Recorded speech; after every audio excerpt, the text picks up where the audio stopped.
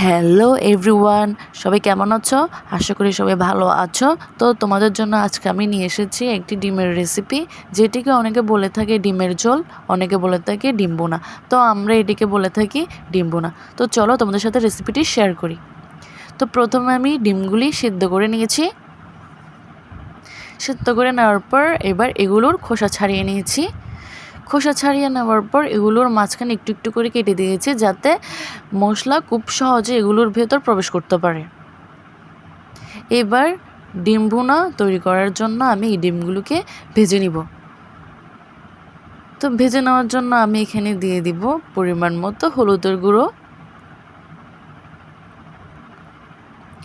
গুঁড়ো দিয়ে দিয়েছি। এবার এখানে দিয়ে দিব পরিমাণ মতো লবণের গুঁড়ো। লবণের গুঁড়ো দিয়ে দেওয়ার পর এবার ডিমগুলিকে ভালোভাবে মাখিয়ে নিব।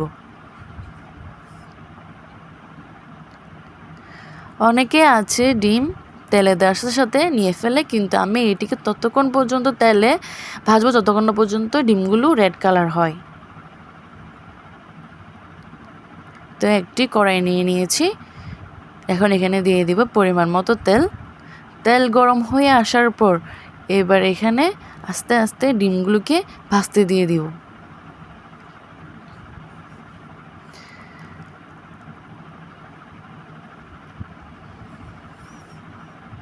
বাকি ডিমগুলোকে এভাবে করে নাড়িয়ে নিব, যাতে এগুলোর থেকে মশলা সরে না যায়।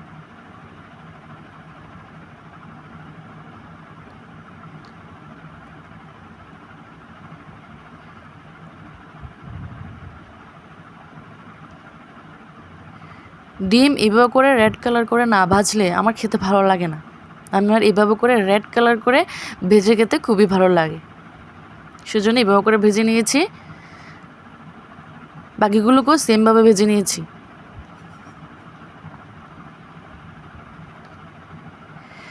ভেজে নেওয়ার পর এবার একটি বাটিতে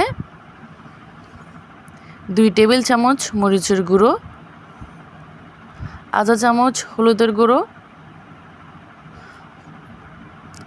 আধা চামচ জিরা আদা বাটা আর পরিমাণ মতো লবণ দিয়ে দিয়েছি। এবার এখানে অল্প করে পানি দিয়ে দিব। তো আজকে ডিম ভুনার জন্য যে মশলাটি লাগবে সেটা আমরা তৈরি করে ফেলেছি। এবার সেম তেলে আমরা দিয়ে দিব দারচিনি, দিয়ে দিব পেঁয়াজ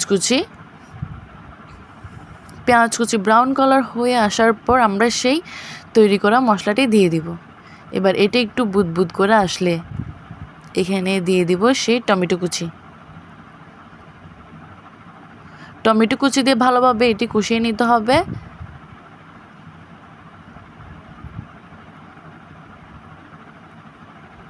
একটি তরকারি স্বাদ করার জন্য তরকারিটি ভালোভাবে কষাতে হয়।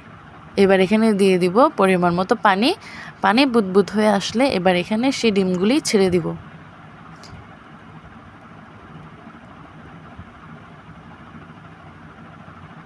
তো তৈরি হয়ে গেল সেই ডিম ভুনার রেসিপি। তো আমি এভাবে খুব শর্টকাটে ডিম ভুনা তৈরি করে থাকি। সবার কেমন লেগেছে জানিও। সবাইকে ধন্যবাদ।